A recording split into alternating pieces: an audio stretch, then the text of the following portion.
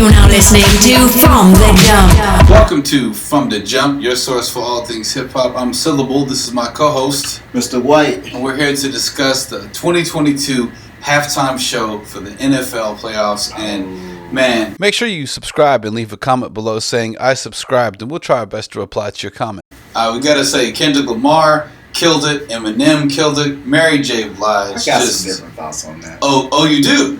Yeah, I do. Okay. Listen, as you can tell, we're busy reacting to shit.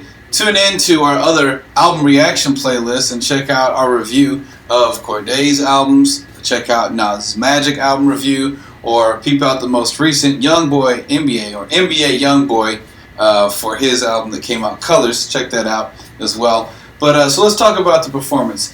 So first, in an historical mindset, you look at it. Hip hop has been the outsider. On the NFL halftime shows. It has been the unwanted cousin. It has not been something that has been forefront. And actually, it took Colin Kaepernick taking a knee for Jay-Z's company, Rock Nation, who I've actually done some ghostwriting for, to get involved and partner with the NFL to say, look, y'all, represent us. Yeah, and I mean, that was the main storyline that was coming out right after the Super Bowl.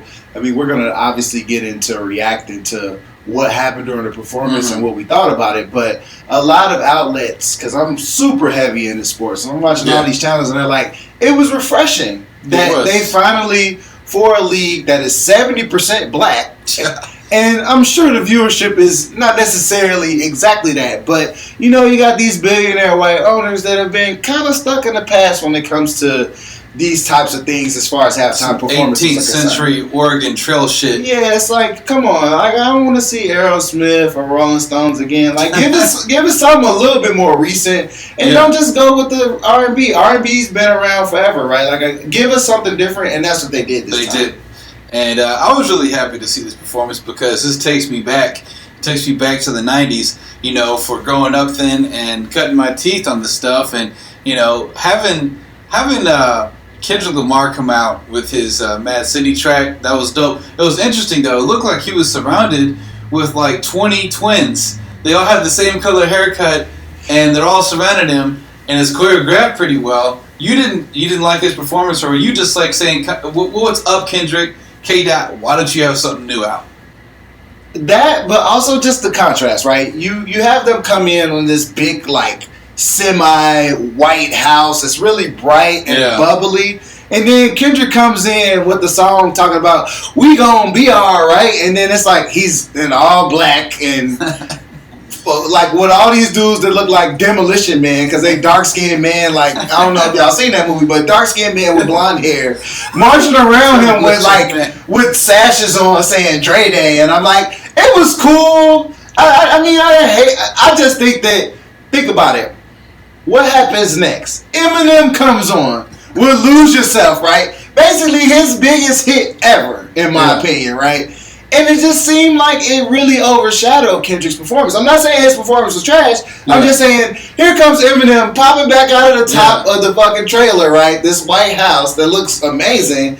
And he's doing Lose Yourself, and the whole crowd's into it. Whereas Kendrick was like, it was so dark and dim, I just don't feel like it fit. Everybody else got to come out the White House. How come Kendrick couldn't come out the White House? I'm just saying, because Kendrick's caught in his feelings, right? He ain't releasing nothing in a long ass time. You can't even get rumors of it. You get people on Reddit debating hypotheticals with no sources, right? You don't actually have someone, well, let's just leak TMZ, who knows, like, Drake's credit card numbers, does not have information on Kendrick Lamar bringing out new albums. I didn't know Kanye would release 2 albums before Kendrick would release another one, and that's kind of what disturbs me about it. But maybe he's just working on a real gym, right? It takes time something that's, well, we were to hope that. But something that actually is important to note that not everyone knows about is that Eminem tried to bargain with NFL beforehand to let him take a knee as part of the performance. And then they said, no, you can't do that shit. But then at the end of his performance, Eminem takes a knee.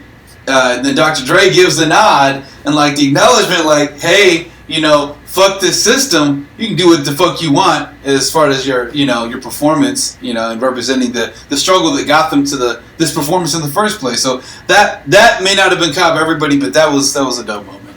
I think it was also cool, like at the end, to see the several generations of Dre proteges all on stage together, right? I mean, you got Snoop, you got 50, you got M, you got Kendrick, right? And I mean, I think M comes before 50 or whatever, but everybody was kind of there, and it just shows the prowess of Dr. Dre, right? Like, on display, like the best producers alive. Yeah, exactly. And I think it was amazing to represent Dr. Dre in LA for the Super Bowl. They did win, by the way, which was very impressive. They pulled off a win, so I know that after party had to be slamming. That's all I got. That's the only thing else I'm saying. I love the performances. Everything was great overall. I'm not going to try to critique anything. I thought it was cool. Like, it was a really cool show. There was no nip slips. Mary J kept it clean. As she always does. Yeah. She's a very powerful woman. In her music.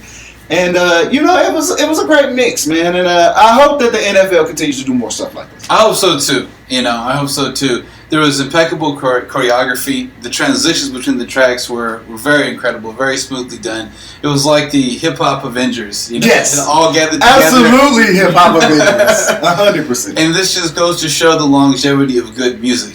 For everyone that tries to say, "Oh, we're so past the '90s," no, we're not. They still be making that music today. They're just putting extra auto-tune on that shit. It's still relevant. It's still some of the best generations of hip hop you've ever heard. Is the '90s. Well, if you're gonna rap music from the '60s, '70s, '80s, then the '90s ain't that. The '90s is way newer than those generations. Yeah. So it's like, I think what they did and how they did it this year was really good, and it was good for hip hop culture as well. Well, I really liked that moment when Mary J. Blige in her first song was singing, and it stopped at all the other instruments, and it was just a piano playing, and she was singing, and that was very powerful, very moving.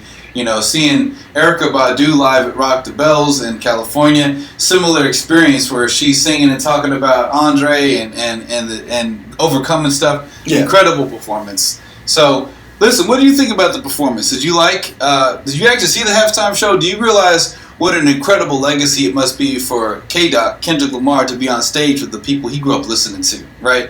How dope was that? What did you think? What was your favorite part of that performance? Let us know in the comments, like, and subscribe, and tune in for another episode of From the Jump.